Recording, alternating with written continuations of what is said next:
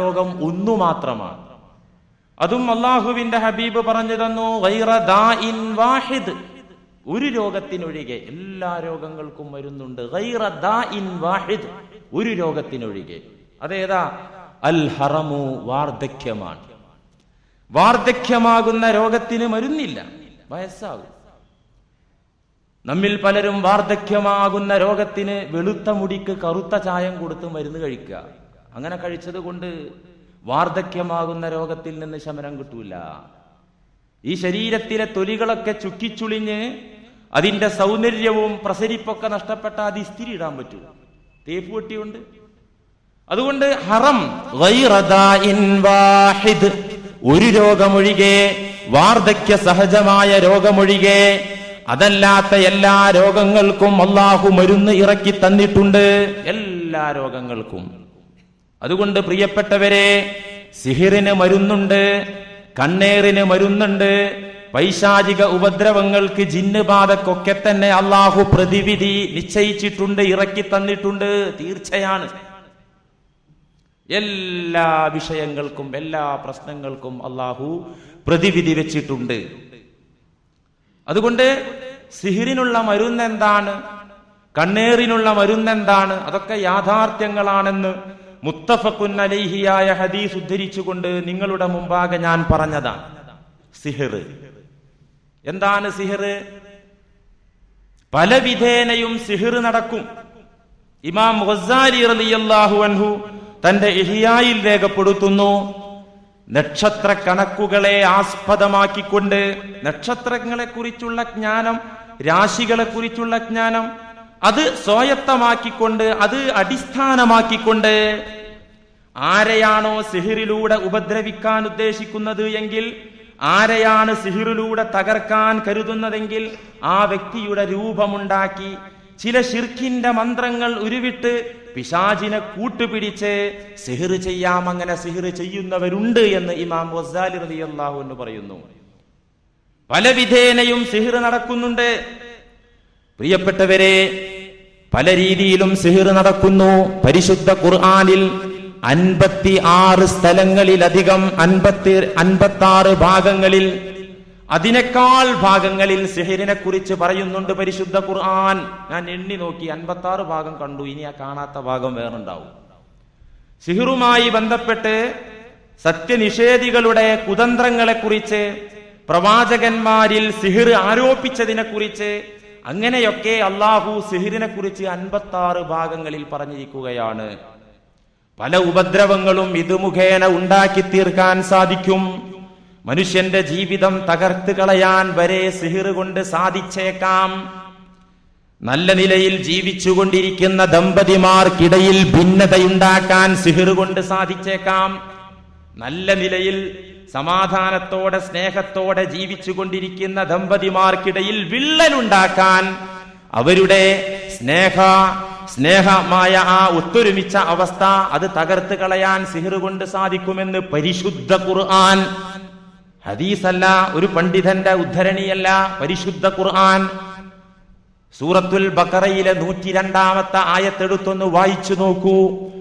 വമാ കഫറ സുലൈമാൻ വലാകിന്നശ്ശയാത്വീന കഫറൂ യുഅല്ലിമൂനന്നാസ അസ്സിഹ്ർ. സുലൈമാൻ നബി അലൈഹിസ്സലാം സിഹിറിന്റെ ആളായിരുന്നില്ല, കുഫറിന്റെ വക്താവായിരുന്നില്ല.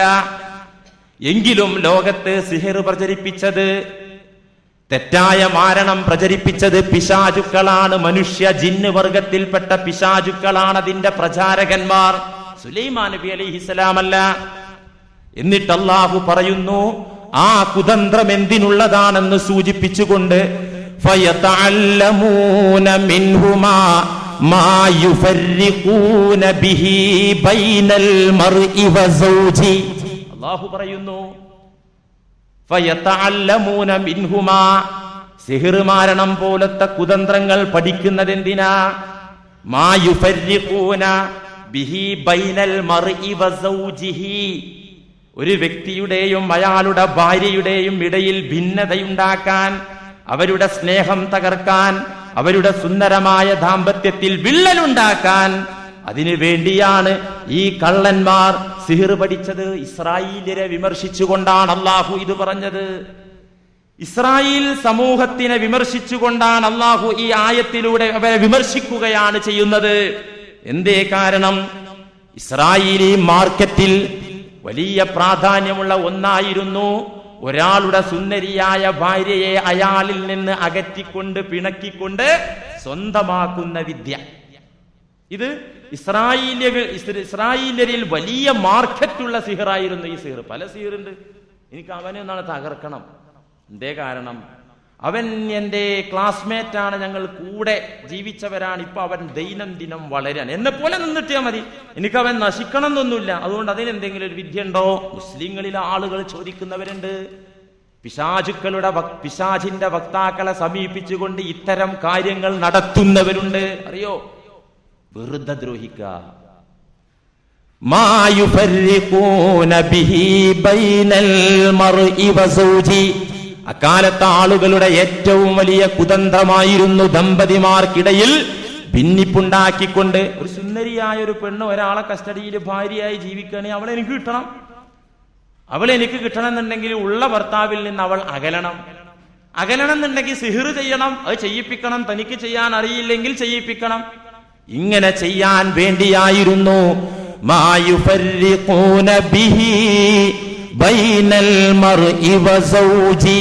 ഒരാളുടെയും അയാളുടെ ഭാര്യയുടെയും ഇണയുടെയും ഇടയിൽ തഫ്രീഖത്ത് യുഫർരിഖൂൻ, ഭിന്നിപ്പുണ്ടാക്കുക. വമാ ഹും ബിളാരീന ബിഹി മിൻ അഹദിൻ ഇല്ലാ ബിഇദ്നില്ലാഹ്. അല്ലാഹു പറയുന്നു വമാ ഹും ളാരീന ബിഹി മിൻ അഹദിൻ ഇല്ലാ ബിഇദ്നില്ലാഹ്. ആ കുതന്ത്രത്തിന്റെ ആളുകൾ മനസ്സിലാക്കണം, ആ സിഹറിന്റെ ആളുകൾ മനസ്സിലാക്കണം. വമാഹും ബിളാരീന ബിഹി മിൻ അഹദിൻ ഇല്ലാ ബിഇദ്നില്ലാഹ്. അല്ലാഹുവിന്റെ അനുവാദത്തോടു കൂടെയല്ലാതെ, അല്ലാഹുവിന്റെ ഒത്താശയോടു കൂടെയല്ലാതെ, അല്ലാഹുവിന്റെ വിധിയോടു കൂടെയല്ലാതെ സിഹിർ കൊണ്ട് ഒരു ഉപദ്രവവും ഏൽപ്പിക്കാൻ അവർക്ക് സാധിക്കില്ലെന്ന് അവർ മനസ്സിലാക്കണം. അല്ലാഹു വിചാരിച്ചാലേ സിഹിർ കൊണ്ടും ഒരാളെ ദ്രോഹിക്കാൻ പറ്റുള്ളൂ. അല്ലാഹു വിചാരിച്ചാലല്ലേ രോഗം വന്നാൽ മരുന്ന് കുടിച്ചാൽ ഭേദാവുള്ളൂ. അല്ലാഹു വിചാരിക്കാതെ സുഖാവുമോ? മരുന്ന് രോഗശമനത്തിനുള്ള ഒരു നിമിത്തമാണ്, മാധ്യമമാണ്. ആ മാധ്യമം നാം സേവിക്കുമ്പോൾ, മാധ്യമവുമായി ബന്ധപ്പെടുമ്പോൾ അള്ളാഹുവിന്റെ വിധി അതോടൊപ്പം വരണം, എങ്കിലേ മരുന്ന് ഫലിക്കൂ. ഇതുപോലെ തന്നെയാണ് സിഹിർ. കേവല സിഹിറിന് ഒരാളെ തകർക്കാനോ ദ്രോഹിക്കാനോ സാധിക്കില്ല. അതൊരു സബബാകുന്നു, ഒരു മാധ്യമമാകുന്നു ഒരാളെ ദ്രോഹിക്കാനുള്ള. ഒരു കല്ലെടുത്ത ഒരാളെ എറിയാന്ന് പറഞ്ഞാൽ ദ്രോഹല്ലേ, തെറ്റല്ലേ? വെറുതെ ആവശ്യമില്ലാതെ സിന ചെയ്തവനെ എറിയണം എന്ന് പറഞ്ഞിട്ടുണ്ട്. അത് ഇവിടെ പറ്റൂല, ഇന്ത്യ രാജ്യത്ത് പറ്റില്ല. ഇസ്ലാമിക ശരീഅത്ത് നടപ്പിലായിട്ടുള്ള രാജ്യങ്ങളിൽ അല്ലെ വിവാഹിതനായ വിചാരിയെ എറിഞ്ഞു കൊല്ലണം. അല്ലാതെ ഒരു പാവപ്പെട്ട നിരപരാധിയെ കല്ലിന് എറിയുന്നത് തെറ്റല്ലേ? ആ കല്ല് കൊണ്ട് എറിയുന്നത് കൊണ്ട് അയാളെ ശരീരത്തിൽ പതിച്ചു കൊള്ളണമെന്നുണ്ടോ? ഇല്ല. അത് പടച്ചവൻ കണക്കാക്കിയാൽ തന്നെ അയാൾക്ക് കിട്ടാനുള്ളത് കിട്ടുള്ളൂ, കല്ലാണെങ്കിൽ എന്തായാലും. അതുകൊണ്ട് വമാഹും ബിളാരീന ബിഹി മിൻ അഹദിൻ ഇല്ലാ ബിഇദ്നില്ലാഹ്. മാരണക്കാരെ, നിങ്ങൾക്കൊന്നിനും സാധിക്കില്ല. മരുന്ന് കുറിച്ചു കൊടുക്കുന്ന വൈദ്യന്മാരെ, നിങ്ങൾക്ക് രോഗം സുഖപ്പെടുത്താൻ സാധിക്കില്ല. ഇല്ലാ ബിഇദ്നില്ലാഹ്, അല്ലാഹുവിന്റെ ഇതിന് കൂടാതെ സാധിക്കില്ല. എന്നാ പിന്നെ സിഹിർ ഉപദ്രവകരമല്ല എന്നല്ലേ ഈ ആയത്തിനർത്ഥം? അങ്ങനെയല്ല. അടുത്ത ഭാഗം നോക്കൂ. വയതഅല്ലമൂന മാ യദുറുഹും വലാ യൻഫഉഹും. വയതഅല്ലമൂന മാ യദുറുഹും വലാ യൻഫഉഹും. ഇത്തരത്തിലുള്ള വിദ്യ പഠിക്കൽ കൊണ്ട് അവർക്ക് ഉപദ്രവവും നാശവുമാണുള്ളത്. എന്തേ കാരണം? ഇതെന്താ പഠിച്ചിട്ട് കാര്യം? അപരനെ ദ്രോഹിക്കാൻ അല്ലേ?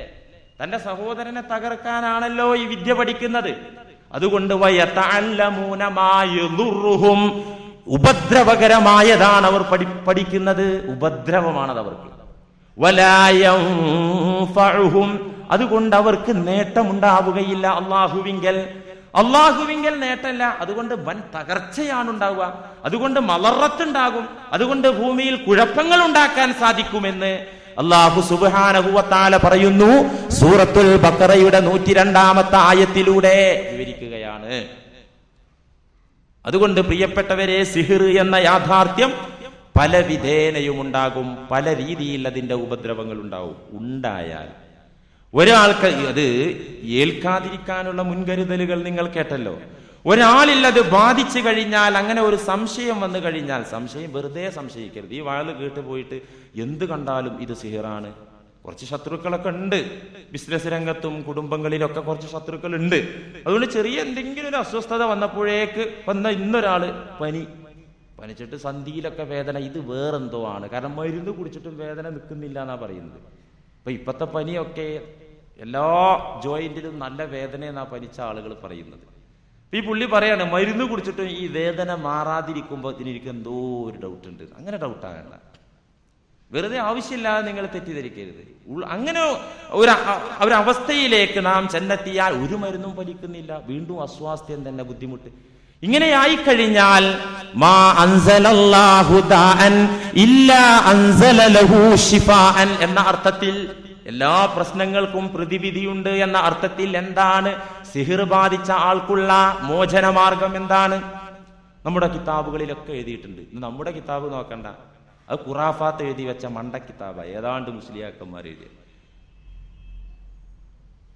ഉൽപ്പതിഷ്ണു വിഭാഗത്തിന്റെ എന്ന് വെച്ചാൽ കുറച്ച് മോഡേണിസം ഇസ്ലാമിൽ ഉണ്ട് എന്ന് പറഞ്ഞ് കുറച്ചൊക്കെ വിദ്യാഭ്യാസവും പണമൊക്കെ ഉണ്ടാവുമ്പോൾ ഞാൻ ഇസ്ലാമിസ്റ്റ് എന്ന് പറഞ്ഞു വരുന്ന ആളുകളുണ്ടല്ലോ. അവരുടെ നേതാവായി അംഗീകരിക്കപ്പെടുന്ന ഉൽപ്പതിഷ്ണു വിഭാഗത്തിന്റെ അധ്യക്ഷനായ ഇബ്നു തൈമിയയുടെ പ്രധാന ശിഷ്യൻ ഇബ്നുൽ ഖയ്യിം തന്റെ സാദുൽ മആദിൽ രേഖപ്പെടുത്തുന്നു. ഇത് ലോകരാഷ്ട്രങ്ങളൊക്കെ അംഗീകരിച്ച ഗ്രന്ഥമാണ്. മുസ്ലിം രാജ്യങ്ങളൊക്കെ, സൗദി അറേബ്യ അടക്കം അവിടുത്തെ മുഫ്തിമാരൊക്കെ അംഗീകരിച്ചു. ആ പുസ്തകത്തിൽ ഇബ്നുൽ ഖയ്യിം സാദുൽ മആദി എന്ന ഗ്രന്ഥത്തിൽ പറയുന്നു, സിഹിറിന് ഫലപ്രദമായ മരുന്ന്, സിഹിർ ഒരാൾക്ക് ബാധിച്ചാൽ അതിൽ നിന്ന് രക്ഷപ്പെടാനുള്ള മരുന്ന്, ഫലവത്തായ മരുന്ന്, മിൻ അദ്വിയത്തിൽ ഇലാഹിയ, മിൻ അദ്വിയത്തിൽ ഇലാഹിയ, ദൈവികമായ മരുന്നാണ്. മെഡിക്കൽ ഷോപ്പിൽ നിന്ന് വാങ്ങാൻ കിട്ടുന്ന മരുന്നല്ല. മിൻ അദ്വിയത്തിൽ ഇലാഹിയ, ദൈവിക മരുന്ന്. അതെന്താ ദൈവിക മരുന്ന്? നിർദ്ദിഷ്ടമായ ചില ആയത്തുകൾ കൊണ്ട്, ദിക്റുകൾ കൊണ്ട് മന്ത്രിക്കലാകുന്നു.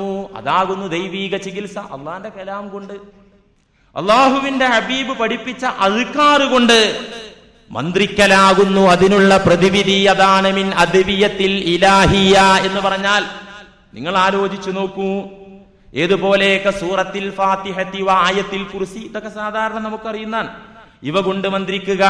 അവിടെ ഒരു കാര്യം ശ്രദ്ധിക്കാണ്ട്, ആയുധം പ്രയോഗിക്കാൻ അറിയുന്നവൻ പ്രയോഗിച്ചാലാണ് പിശാചിന് പറ്റുള്ളൂ. നമ്മൾ മുമ്പ് പറഞ്ഞതാണ്. ആയുധമുണ്ട്, ഒരു തോക്കുണ്ട് എന്നതുകൊണ്ട് അകലെ നിൽക്കുന്ന ശത്രുവിനെ ഷൂട്ട് ചെയ്ത് വീഴ്ത്താൻ പറ്റൂല. അതിനെന്ത് വേണം? ഷൂട്ടിങ് പഠിക്കണം. ഇതുപോലെ ഫാത്തിഹ സൂറത്ത് കൊണ്ട് പിശാചിനെ തകർക്കാൻ സാധിക്കണം. അല്ലെങ്കിലും അതിന് മഹാത്മ്യമുണ്ട്. ആരും ഉരുവിട്ടാൽ അത് വേറെ വിഷയം. പക്ഷേ തൗഹീദിന്റെ പടവാളിന്റെ മൂർച്ചയുള്ള മനുഷ്യൻ, ആ മനുഷ്യൻ ഉപയോഗിക്കുമ്പോഴാണ് പെട്ടെന്ന് ഫലവത്താകുക.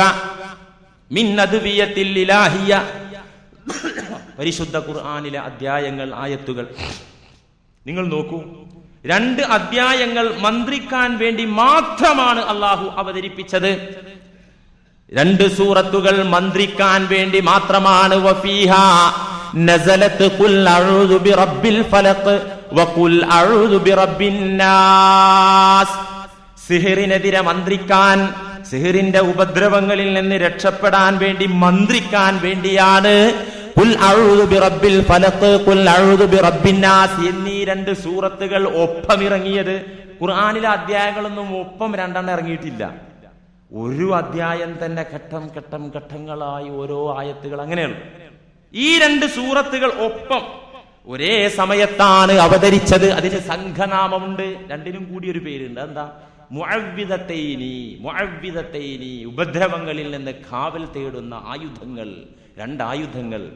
ഈ 2 സൂറകൾ അള്ളാഹു ഇറക്കിയത് മന്ത്രിക്കാനാണ്. എന്തിനു മന്ത്രിക്കാൻ? പറഞ്ഞല്ലോ, മുസ്തഫായ നബി തങ്ങളെ തകർക്കാൻ വേണ്ടി ജൂതന്മാരും മുനാഫിക്കുകളും ഖുറൈശികളും എല്ലാ കെണികളും ഒരുക്കി. അവസാനത്തെ കയ്യായി അവർ മാരണം പ്രയോഗിച്ചു നബിയെ തകർക്കാൻ.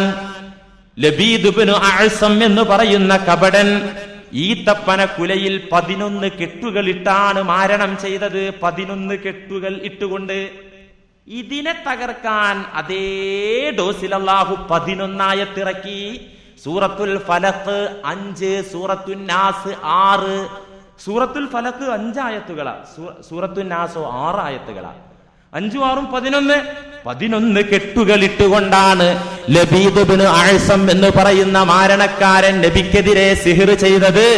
ആ സിഹിറിനെ തകർക്കാൻ, 11 കെട്ടുകളുള്ള സിഹിറിനെ തകർക്കാൻ അല്ലാഹുവിന്റെ കലാമിൽ 11 ആയത്തുകൾ അവതീർണമായി. ഡോസ് 10ന്റെ ഗുളിക, 20ന്റെ ഗുളിക, 100ന്റെ ഗുളിക, 500ന്റെ ഗുളിക, അല്ലെ? ഈ മെഡിസിനിലൊക്കെ ഉണ്ടല്ലോ ഇതിന്റെ ഡോസ് കൂടുന്നത്. ഇതുപോലെ 11 കെട്ടുകൾക്ക് അനുയോജ്യമായ ഡോസ് 11 ആയത്തുകൾ. എന്നും വെറുതെ പറയുന്നതല്ല സഹോദരന്മാരെ. അല്ലാഹു സുബ്ഹാനഹു വ തആല മന്ത്രിക്കാൻ വേണ്ടിയാണ് ഈ 2 അധ്യായങ്ങൾ അവതരിപ്പിച്ചത് എന്ന വസ്തുത നാം അറിയണം. ധാരാളം കിതാബുകളിൽ ഇതിനുള്ള പരിഹാരം, സിഹിർ ബാധിച്ച മസ്ഹൂറായ വ്യക്തിക്കുള്ള മോചനമാർഗം പറയുന്നുണ്ട്. അതുകൊണ്ട് അള്ളാഹുവിന്റെ കലാം കൊണ്ട് മന്ത്രിച്ചാൽ ഏത് ശൈത്താൻ ആര് വിട്ടതാണെങ്കിലും അത് അകന്നു പോകും. പിന്നെ ചില ആളുകളുണ്ട് സിഹിർ ബാധിച്ച ആളെ വിളിച്ചു വരുത്തിയിട്ട് അയാളെ ഇളക്കുമെന്ന്. എന്ന് വെച്ചാല് ഉള്ളതൊക്കെ വരട്ടെ എന്ന് എഴുതിയിട്ട്, ഞാൻ കണ്ടിട്ടുണ്ട് എന്നെ കണ്ണുകൊണ്ട്. എങ്ങനെ ഇളക്കുക? അവനെ മന്ത്രിക്കും ഖുർആനിലെ ഏതാനും ആയത്ത് കൊണ്ട്, അല്ലെങ്കിൽ ഏതെങ്കിലും അതുക്കാറ് കൊണ്ട് മന്ത്രിക്കും. മന്ത്രിച്ചാൽ പിന്നെ ഇയാൾ ഇളകാൻ തുടങ്ങും. ഇളകിയിട്ട് പറയും, ഞങ്ങൾ ഇത്ര ആളുണ്ട്, ഞങ്ങൾ ഇന്ന സ്ഥലത്ത് നിന്ന് വന്നതാണ്, ഇന്ന ആള് വിട്ടതാണ്. അങ്ങനെയാണോ? എന്നാ പോകാൻ എന്താ വേണ്ടത്? ഇയാൾ ചോദിക്കും. ആദ്യം 5000 ഒക്കെ പറഞ്ഞു വെച്ചിട്ടുണ്ടാവും ഇത് ബാധ ഒഴിക്കാൻ. പോകാൻ എന്താ വേണ്ടത്? പോകാൻ രക്തം വേണം. രക്തം, അപ്പൊ രക്തം കൊടുക്കുക. അല്ലെങ്കിൽ പൂജ നടത്തണം. നിങ്ങളുടെ വീടിന്റെ തെക്ക് ഭാഗത്തൊരു സർപ്പകല്ല് നാട്ടിക്കൊണ്ട്, തുളസി നട്ടുകൊണ്ട് അവിടെ പാലും പഴവും വെച്ച് പൂജിക്കണം. സർപ്പകല്ല് വെക്കണം. അത് ചെയ്തേക്കാം, എങ്ങനെയെങ്കിലും പോയി കിട്ടിയാൽ മതി. 5000 കിട്ടണമല്ലോ ഇതിനു വേണ്ടി. ഇത് ഹറാമാണ്, ഇത് തെറ്റാണ്, ഇത് കടുത്ത ശിർക്കാകുന്നു. പിശാചിന് വഴിപ്പെടാൻ പാടില്ല, അള്ളാഹുവിനെയാണ് വഴിപ്പെടേണ്ടത്. ഇളകുന്ന സമയത്ത് ഇങ്ങനത്തെ കാര്യമൊക്കെ പറയാം. തെറ്റായ കാര്യങ്ങളാണ് പറയുക. എന്നാൽ ഇളക്കാം, ഇളക്കുന്നത് കൊണ്ട് തെറ്റില്ല. ശിർക്കും ഹറാമും പിശാച് കൽപ്പിച്ചാൽ അനുസരിക്കരുത് എന്ന നിബന്ധനയോടെ, അനുസരിക്കരുത് എന്ന നിയമത്തോടുകൂടെ സിഹിർ ബാധിച്ച മനുഷ്യനെ ഇളക്കുന്നത് കൊണ്ട് തെറ്റൊന്നുമില്ല. സഹീഹുൽ ബുഖാരിയിൽ ഒരു അധ്യായമുണ്ട്. ഒരു അധ്യായം. എന്താ അധ്യായത്തിന്റെ പേര്? ബാബുഹൽ യുസ്തഖറജു സിഹ്റു. സിഹിർ ബാധിച്ച മനുഷ്യനെ ഇളക്കാമോ? പണ്ഡിതന്മാർ എഴുതി വെച്ചത് നോക്കണം. ബാബുഹൽ യുസ്തഖറജു സിഹ്റു. സിഹിർ പുറത്തേക്ക് കൊണ്ടുവരാൻ പറ്റുമോ? ആ അധ്യായത്തിൽ ഇമാം ബുഖാരി ഒരു സഹാബിയുടെ വാക്കാണ് രേഖപ്പെടുത്തിയിരിക്കുന്നത്. ഖാല ഖതാദതു ലിസഈദ് ഇബ്നുൽ മുസയ്യിബ് റളിയല്ലാഹു അൻഹു. ഖതാദ റളിയല്ലാഹു അൻഹു സഈദ് ഇബ്നുൽ മുസയ്യിബ് എന്ന് പറഞ്ഞ പ്രവാചകന്റെ പണ്ഡിതനായ അടുത്ത അനുയായിയായ വ്യക്തിയോട് ചോദിച്ചു. ഖതാദ, റജുലുൻ ബിഹി സിഹ്റുൻ, ഒരാൾക്ക് സിഹിർ ബാധിച്ചാൽ അയ്യുഹല്ലു അൻഹു, അയാളിൽ നിന്ന് അത് ഇളക്കാൻ പറ്റുമോ? അയ്യുഹല്ലു അൻഹു, അദ്ദേഹത്തെ ഇളക്കാൻ പറ്റുമോ? ഖാല സഈദ് ഇബ്നുൽ മുസയ്യിബ് റളിയല്ലാഹു അൻഹു, മഹാനായ സഈദ് റളിയല്ലാഹു അൻഹു മറുപടി പറഞ്ഞു, ലാ ബഅസ ബിഹി, അതുകൊണ്ട് കുഴപ്പമില്ല. ലാ ഇന്നമാ യുരീദൂന ബിഹിൽ ഇസ്ലാഹ, അതുകൊണ്ട് നന്മയാണ്, അയാൾക്കുള്ള പ്രശ്നത്തിൽ നിന്ന് അയാളെ രക്ഷപ്പെടുത്തലാണ് നിയ്യത്തെങ്കിൽ തെറ്റില്ല.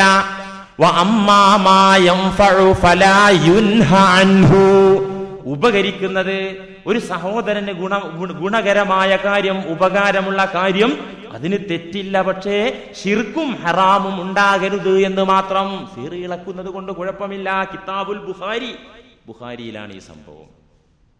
അതുകൊണ്ട് പ്രിയപ്പെട്ടവരെ, ഇതിന് ചികിത്സകളുണ്ട്, പ്രതിവിധികളുണ്ട്. അങ്ങനെ പ്രതിവിധികൾ നമുക്ക് സ്വീകരിക്കാം, അതിന് തെറ്റൊന്നുമില്ല.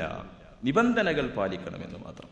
അതുപോലെ തന്നെ അൽ-ഐനു ഹഖ്ഖുൻ, കണ്ണുകൊണ്ടുള്ള ഉപദ്രവം യാഥാർത്ഥ്യമാണ് എന്ന് നബി സല്ലല്ലാഹു അലൈഹി വസല്ലമ പറഞ്ഞല്ലോ. കണ്ണുകൊണ്ടുള്ള ഉപദ്രവം, നോട്ടം,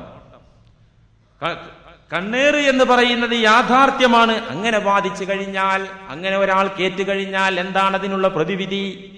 ബുഖാരിയിൽ ഒരു അധ്യായമുണ്ട്, ബാബു റുഖിയത്തിൽ ഐനി, കണ്ണേറിനുള്ള മന്ത്രത്തെ കുറിച്ച് പറയുന്ന അധ്യായം. ഒക്കെ കാണിച്ചു തരാം, സംശയം ഉണ്ടെങ്കിൽ ജുമാ കഴിഞ്ഞിട്ട് റൂമിൽ വാ, കിതാബിൽ കാണിച്ചു തരാം. ബാബു റുഖിയത്തിൽ ഐനി, കണ്ണേറിനുള്ള മന്ത്രത്തെ കുറിച്ച് പറയുന്ന അധ്യായം.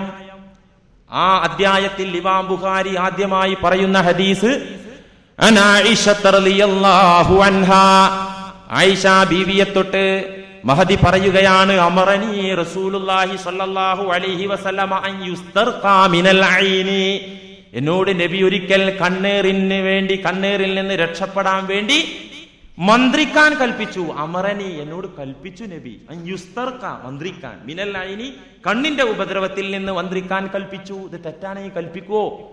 റവാഹുൽ ബുഖാരി.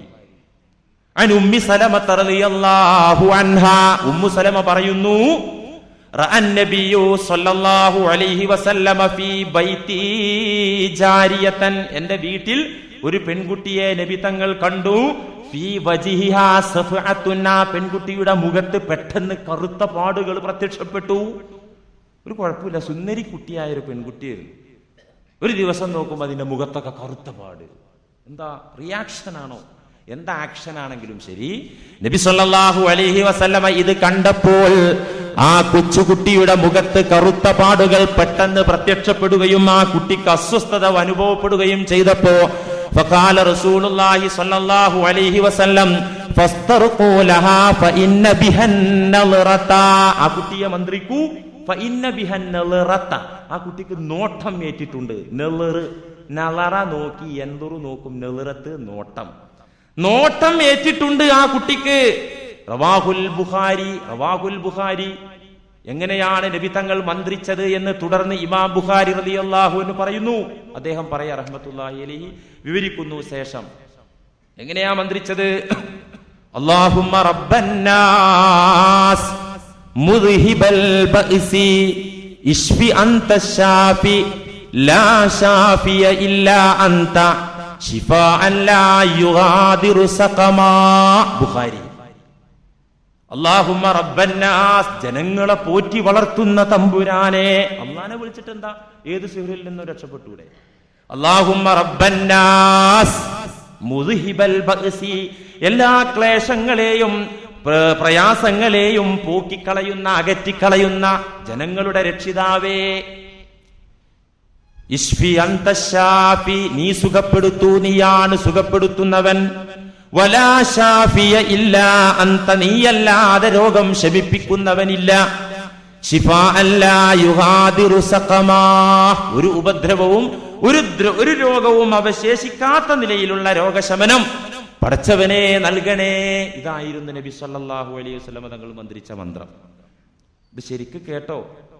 ഇനി ഇവിടെ നിന്ന് പാതി ചെവി കൊണ്ട് പാതി ശ്രദ്ധയോടെ കേട്ട് കാലിച്ചന്തയിൽ വെച്ചും ബ്രിഡ്ജിൽ വെച്ചിട്ടും ആ മുസ്ലിയാർ ഏതാനും ആഴ്ചയായി അബദ്ധങ്ങൾ തന്നെ വിളിച്ചു കൂവുന്നു. അത് കേൾക്കാൻ ഒരുപാട് മണ്ടന്മാരും. ഒരാൾ അഭിപ്രായം പറഞ്ഞതാ, രണ്ടാൾ എന്നോട് പറഞ്ഞു, അങ്ങനെ അഭിപ്രായം പറഞ്ഞിട്ടുണ്ട്, സന്തോഷമായി. മുസ്ലിയാർ ഏതാനും ഇത്രയും കാലം വലിയ കുഴപ്പമൊന്നുമില്ല, ഇപ്പൊ ഏതാനും ആഴ്ചയായി അബദ്ധങ്ങൾ തന്നെ വിളിച്ചു പറയുകയാണ്. കേൾക്കാൻ കുറെ നിങ്ങളൊക്കെ മണ്ടന്മാരും ഞാൻ വിവരം കെട്ടവനും. ഞാൻ വിവരം കെട്ടവനായതുകൊണ്ട് എനിക്കൊരു കുഴപ്പമില്ല, നിങ്ങൾ മണ്ടന്മാര് നിങ്ങളാക്കിയതുകൊണ്ട് നിങ്ങൾക്ക് കുഴപ്പമുണ്ടോ ഇല്ലേ എനിക്കറിയില്ല, അള്ളാഹു അലം. ഏതായാലും ഒരു കാര്യം അങ്ങനെ വിമർശിക്കുന്ന സഹോദരന്മാരോട് വിവരമില്ല, അത് ആദ്യമേ പറയുന്നതാണ്. ഞാൻ എന്റെ വകയല്ലല്ലോ, ബുഖാരി നോക്കിയിട്ട് ഈ കണ്ണുകൊണ്ട് നോക്കിയിട്ട് അതങ്ങനെ നോക്കി മനസ്സിലാക്കിയിട്ട് നിങ്ങളോട് പറയാം എനിക്കൊരു വിവരമില്ല, ഞാൻ വെറും സ്പീക്കർ, അതുപോലൊരു സാധനമാണ്, മനസ്സിലാക്കിക്കോളൂ. വിവരമില്ല. അതുകൊണ്ട് വിവരമുള്ള ആള് വേബ്രിഡ്ജിൽ വഴുത് പറഞ്ഞിട്ടോ അല്ലെങ്കിൽ കാലിച്ചന്തയിൽ വഴുത് പറഞ്ഞാലും നമുക്ക് പഠിക്കാൻ പറ്റൂലല്ലോ. ആ വിവരമുള്ള ആള് നേരിട്ട് വന്നിട്ടൊന്ന് പഠിപ്പിച്ചു തരൂ എന്ന് മാത്രമാണ് ഈ അവസരത്തിൽ അപേക്ഷിക്കാനുള്ളത്. അതുകൊണ്ട് ഇത് വിവരക്കേടാണെന്ന് പറഞ്ഞാൽ ഹദീസുകളൊക്കെ വിവരക്കേടാകണം. ഹദീസുകളൊക്കെ മണ്ണിട്ട് മൂടേണ്ടി വരും, ആയത്തുകൾ മണ്ണിട്ട് മൂടേണ്ടി വരും. ഞാൻ ഇത് ഇത്ര വിശദീകരിച്ച് പറയാൻ വിചാരിച്ചാലോ, മന്ത്രം 1-2 എക്സാമ്പിൾ 1-2 ബുഖാരിന്റെ ഹദീസ് ഉണ്ടായാൽ മതിയല്ലോ. ചോറ് പാകമായോ അല്ലേ വെന്തോ അല്ലേ നോക്കാൻ 2 വറ്റെടുത്ത് നോക്കിയാൽ മതിയല്ലോ, എല്ലാ വറ്റും പരിശോധിക്കേണ്ട കാര്യമില്ലല്ലോ. അപ്പൊ ബുഖാരിയിലെ 2 ഹദീസ്, മുസ്ലിമിലെ 2 ഹദീസ്, 2 ആയത്ത്, ബുദ്ധിമാന്മാർക്ക് അത്ര മതി, അങ്ങനെ നിർത്താൻ വിചാരിച്ചു. പക്ഷെ നിർത്താൻ സമ്മതിക്കുന്നില്ല, ജഹാലത്ത് നീങ്ങുന്നില്ല, വിവരക്കേട് നീങ്ങുമെന്ന് നോക്കുക. അപ്പൊ മുഴുവൻ പറയാ, ഏതാണ്ട് നമുക്ക് കിട്ടിയൊക്കെ പറയാനാണ് തീരുമാനിച്ചു. അങ്ങനെ തന്നെ പറഞ്ഞു. നബി സല്ലല്ലാഹു അലൈഹി വസല്ലമ തങ്ങളുടെ മന്ത്രങ്ങൾ ഇമാം ബുഖാരിയിൽ ഒരു അധ്യായം കാണാം, വേറൊരു അധ്യായം ബാബുർ റുഖ്യി ബിൽ ഖുർആനി വൽ മുഅവ്വിദാതി.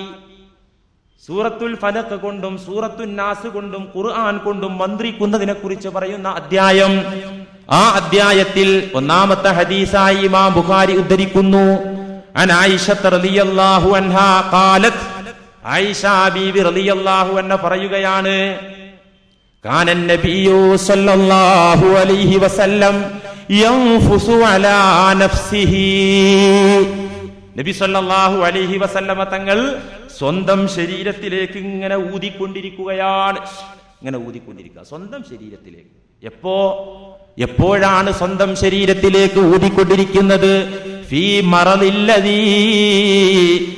മറളില്ലദീ യകൂനു സബബുഹു ലിൽ മൗത്ത്, മരണത്തിന് കാരണമായ രോഗത്തിൽ കിടന്നപ്പോൾ, എന്ന് വെച്ചാൽ അവസാനം ഉണ്ടായ രോഗം. നബി സല്ലല്ലാഹു അലൈഹി വസല്ലമ തങ്ങൾക്ക് വഫാത്തിന്റെ ഏതാനും ദിവസങ്ങൾക്ക് മുമ്പ് പിടിപെട്ട ശക്തമായ പനിയും അസ്വസ്ഥതയും ക്ഷീണവും.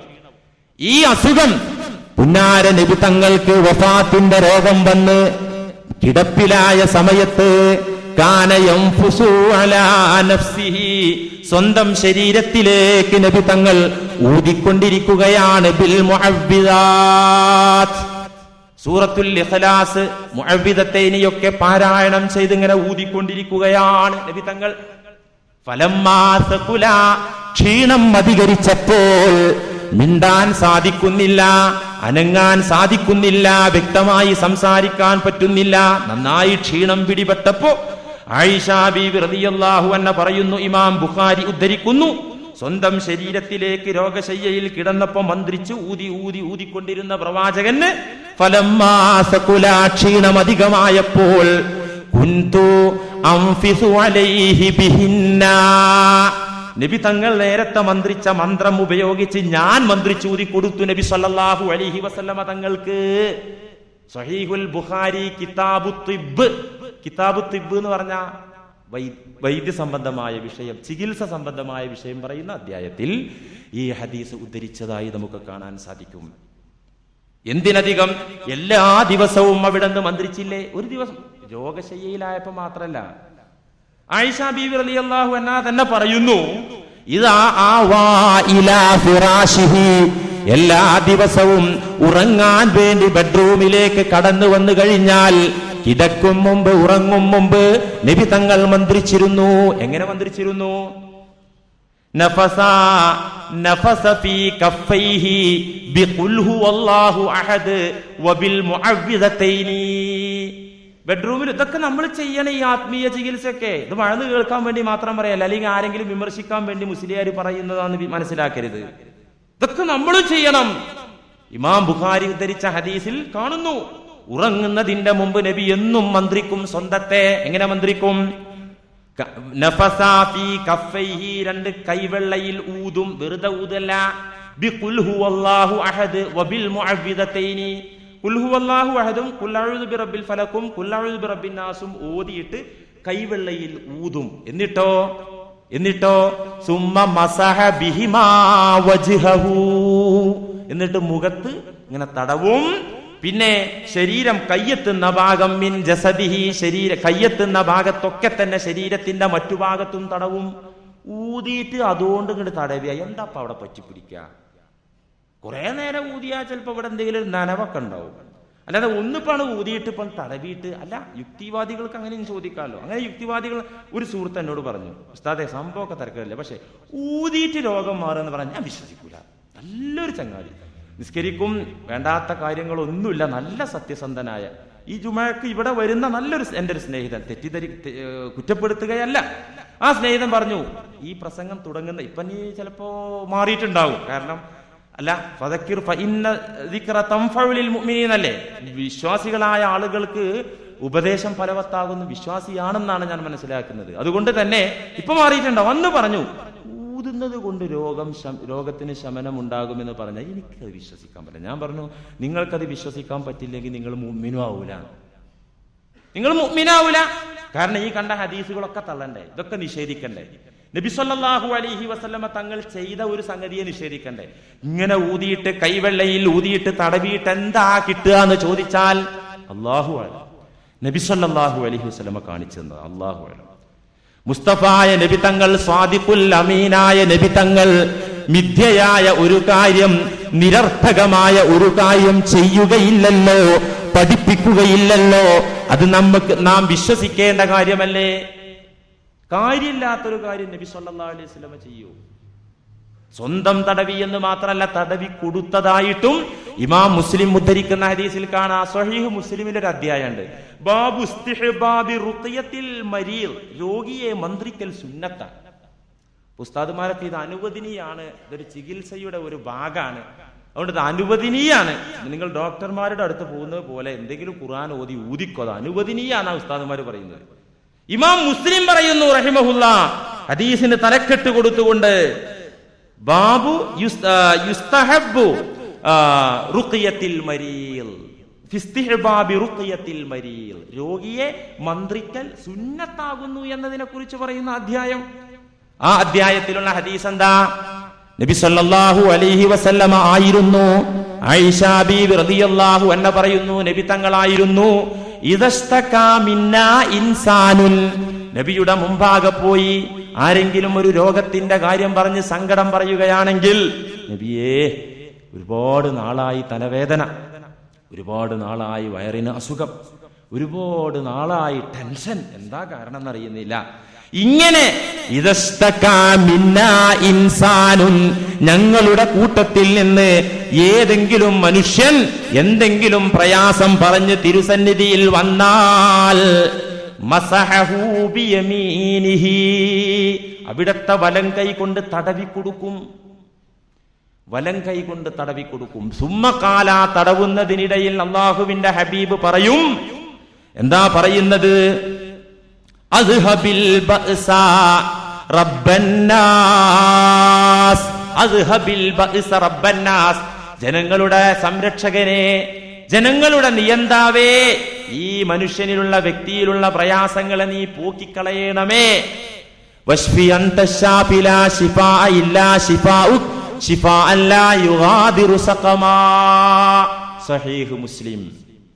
എന്തിനധികം ബുഖാരിയിൽ തന്നെ കാണാമല്ലോ, നബി സല്ലല്ലാഹു അലൈഹി വസല്ലമ തങ്ങൾ അവിടത്തെ പേരമക്കളായ ഹസൻ ഹുസൈൻ റളിയല്ലാഹു അൻഹുമാ, ആ രണ്ട് പിഞ്ചു പൈതങ്ങളെ അരികിലേക്ക് വിളിച്ചു വരുത്തിക്കൊണ്ട് പൈശാചിക ഉപദ്രവങ്ങൾക്കെതിരെ അവരിൽ മന്ത്രിച്ചല്ലോ. ഇബ്രാഹിം നബി അലൈഹിസ്സലാം തന്റെ സന്താനങ്ങളെ അള്ളാഹുവിന്റെ വചനം ഓതിക്കൊണ്ട് മന്ത്രിച്ചല്ലോ. ഇതൊക്കെ ബുഖാരിയിൽ പറയുന്ന സംഭവങ്ങളാണ്. മുസ്ലിം ലോകത്തിന് നിഷേധിക്കാൻ പാടില്ല, തർക്കിക്കാൻ പറ്റൂല. എന്തിനധികം പ്രിയപ്പെട്ടവരെ, ഒരു സഹോദരി ഒരിക്കൽ തിരുസന്നിധിയിൽ വരുന്നു. ഒരു സഹാബിയത്തായ പെണ്ണ്, റസൂലിൽ വിശ്വസിച്ച ഒരു പെണ്ണ് നബി സല്ലല്ലാഹു അലൈഹി വസല്ലമ തങ്ങളുടെ മുന്നിൽ വരുന്നു. വമഅഹാ സബിയുൻ, ആ സ്ത്രീയോടൊപ്പം അവളുടെ കുട്ടിയുണ്ട്. ബിഹി ബലാഉൻ, കുട്ടിക്കൊരു പ്രശ്നം. എന്താ? ലാ യതകല്ലമു, കുറച്ച് നാളായിട്ട് മിണ്ടുന്നില്ല. നന്നായി സംസാരിച്ച പിള്ളേന് പെട്ടെന്ന് മിണ്ടാട്ടം നിന്നു. നാവിന് കുഴപ്പമില്ല, ഒരു കുഴപ്പമില്ല. മഅഹു സബിയുൻ, ആ സഹോദരിയോടൊപ്പം ഒരു കുഞ്ഞുണ്ട്. ബിഹി ബലാഉൻ, ആ കുഞ്ഞിനൊരു പ്രശ്നം. ലാ യതകല്ലമു, കുഞ്ഞ് സംസാരിക്കുകയില്ല.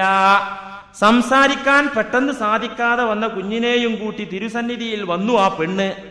ഫഉതിയ ബിമാഇൻ, നബിയുടെ നിർദ്ദേശപ്രകാരം അല്പം വെള്ളം കൊണ്ടുവരപ്പെട്ടു. സഹാബികൾ കൊണ്ടുവന്ന് കൊടുത്തു അല്പം വെള്ളം.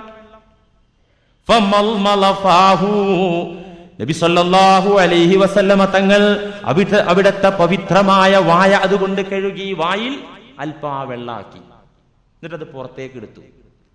വഗസല യദൈഹി, കൈ കഴുകി, വായും കയ്യും കഴുകി ആ വെള്ളം കൊണ്ട്. ഫഅഅതാ ഇയാഹു, ആ വെള്ളം ആ കുഞ്ഞിന് കൊടുത്തു. ആ വെള്ളം ആ കുഞ്ഞിന് കൊടുത്തു. എന്നിട്ട് സുമ്മ അമറ, എന്നിട്ട് നബി സല്ലല്ലാഹു അലൈഹി വസല്ലമ കൽപ്പിച്ചു, ഈ വെള്ളം കുഞ്ഞിന്റെ തള്ളയുടെ കയ്യിൽ കൊടുത്തിട്ട് കൽപ്പിച്ചു, ബിസഖിഹി വമസ്ഹിഹി ബിഹി, അതിൽ നിന്ന് അല്പം കുടിക്കാനും അതിൽ നിന്ന് അല്പം എടുത്ത് ശരീരമാസകലം തടവാനും. ഇമാം ബുഖാരിയുടെ ഉസ്താദായ ഇബ്നു അബീ ശൈബ റഹ്മത്തുള്ളാഹി അലൈഹി ഉദ്ധരിച്ച ഹദീസാണിത്. ഇങ്ങനെ എത്ര ഹദീസുകൾ ഈ വിഷയകമായി നമുക്ക് കാണാൻ പറ്റും. പറഞ്ഞാ തീരൂല. ഞാൻ പറഞ്ഞില്ലേ, ഇപ്പോ മുസ്ലിമും ബുഖാരി മാത്രം സെർച്ച് ചെയ്ത് നോക്കി, ഈ രണ്ട് കിതാബുകൾ മാത്രം സെർച്ച് ചെയ്ത് നോക്കി, കമ്പ്യൂട്ടറിന്റെ അകത്ത് ഇപ്പൊ ഡിസ്ക് ഉണ്ട്. ഇത് സൗദിയിൽ നിന്ന് വരുന്ന എല്ലാ കിതാബുകളും ഇപ്പൊ ഡിസ്കിലാണ്. അപ്പൊ സിഹിർ നിങ്ങട്ട് ടൈപ്പ് ചെയ്തിട്ട് അത് സെർച്ച് ചെയ്യുന്ന ഒരു ബട്ടൺ ഉണ്ട്, ബഹ്സ് എന്ന് പറഞ്ഞ അറബിയിലുള്ള സ്വിച്ച്. അതാണ് ഓണാക്കിയ സിഹിർ എന്ന് 9 കിതാബുകളിൽ എവിടൊക്കെ പറഞ്ഞു ഒക്കെ കിട്ടും. ഷെയ്ത്താന് കിട്ടും, ജിന്ന് കിട്ടും.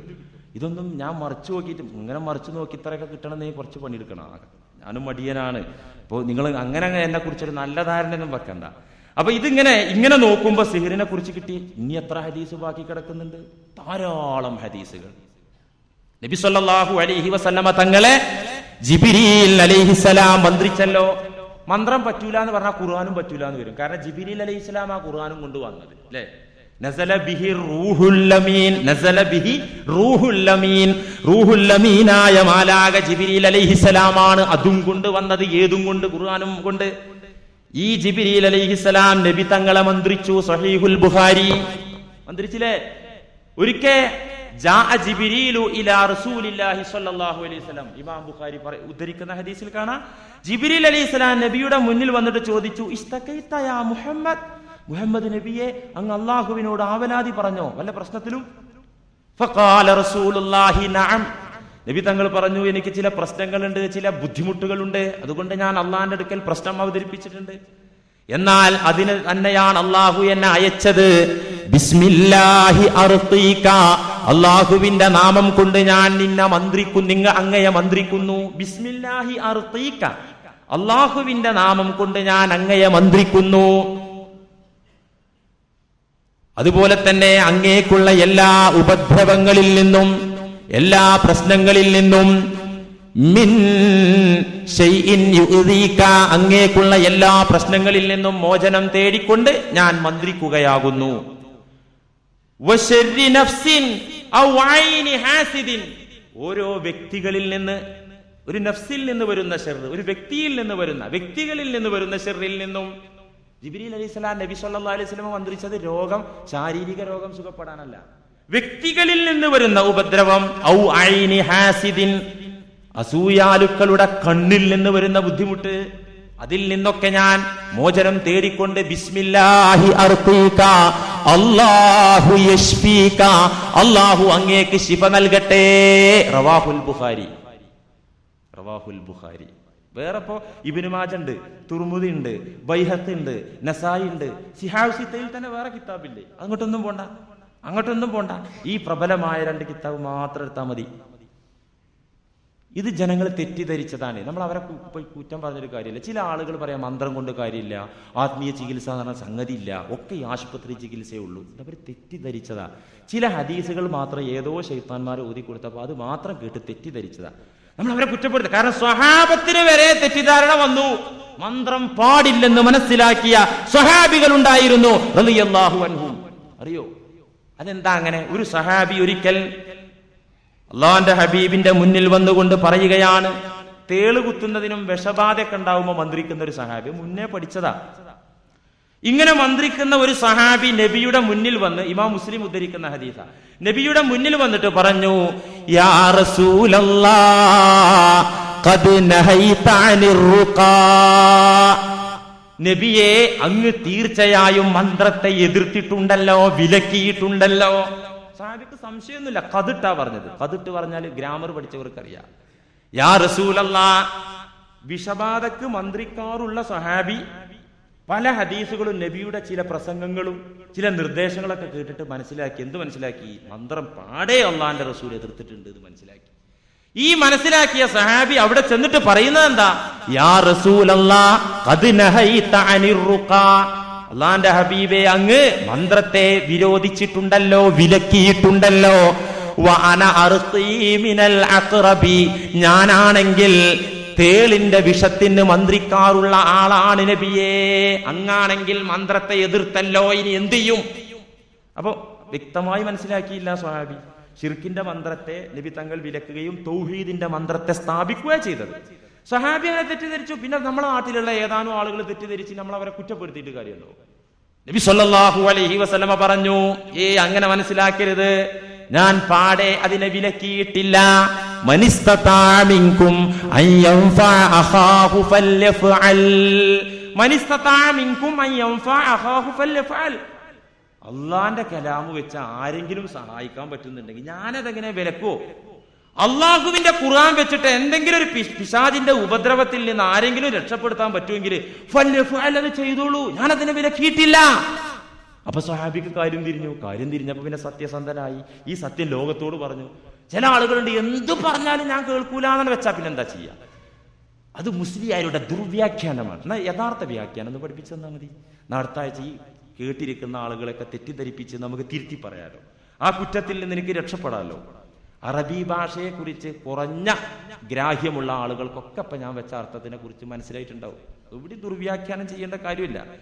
എന്നാൽ ഹദീസിൽ കാണാം മന്ത്രിക്കാതിരിക്കലാണ് നല്ലത്. എല്ലാം പറയണ്ടേ, ഒരു ഭാഗം മാത്രം പറഞ്ഞു പോയാൽ പറ്റൂ. ശിർക്കിന്റെ മന്ത്രമല്ല, തൗഹീദിന്റെ മന്ത്രം തന്നെ. അത് മന്ത്രിക്കാതിരിക്കുന്ന ആളുകൾ 70,000 പേര് വിചാരണ കൂടാതെ സ്വർഗത്തിൽ പോകുമെന്ന ഹദീസ് മുസ്ലിമിൽ കാണാം. ഉള്ളതാകുന്നു. ലാ യസ്തർഖൂന വലാ യതതയ്യറൂന വലാ യക്തവൂൻ. ഒരു വിഭാഗം ആളുകൾ മന്ത്രിക്കില്ല, അനുവദിക്കപ്പെട്ട മന്ത്രം തന്നെ അവർക്കില്ല, നിഷിദ്ധമായ പക്ഷിലക്ഷണവും ശകുനം നോക്കലും അവർക്കില്ല. അങ്ങനത്തെ ഒരു വിഭാഗം എന്റെ ഉമ്മത്തിലുണ്ട്.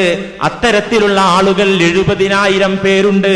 അവർ സ്വർഗത്തിൽ വിചാരണ കൂടാതെ പ്രവേശിക്കുമെന്ന് നബി സല്ലല്ലാഹു അലൈഹി വസല്ലമ പറഞ്ഞിട്ടുണ്ട്. അതേതർത്ഥത്തിലാ? ഈ ഹദീസ് കൊണ്ട് മറ്റുള്ള ഹദീസൊക്കെ പൊളിയോ? അങ്ങനെയുണ്ട്. ഹദീസുകളെ കുറിച്ച് ശരിക്ക് പഠിക്കണം. മുഹദ്ദിസുകൾ എത്ര പഠിച്ചു അറിയാം, ലക്ഷക്കണക്കിന് ഹദീസ് പഠിച്ചു. അതിന്റെ ഒരു ഹദീസും വേറെ ഹദീസും വൈരുദ്ധ്യാവും. അങ്ങനെ ധാരാളമുണ്ട്. ഇന്നമൽ മാഉ മിനൽ മായി എന്ന ആദ്യമായിട്ട് നബി സല്ലല്ലാഹു അലൈഹി വസല്ലം പറഞ്ഞു.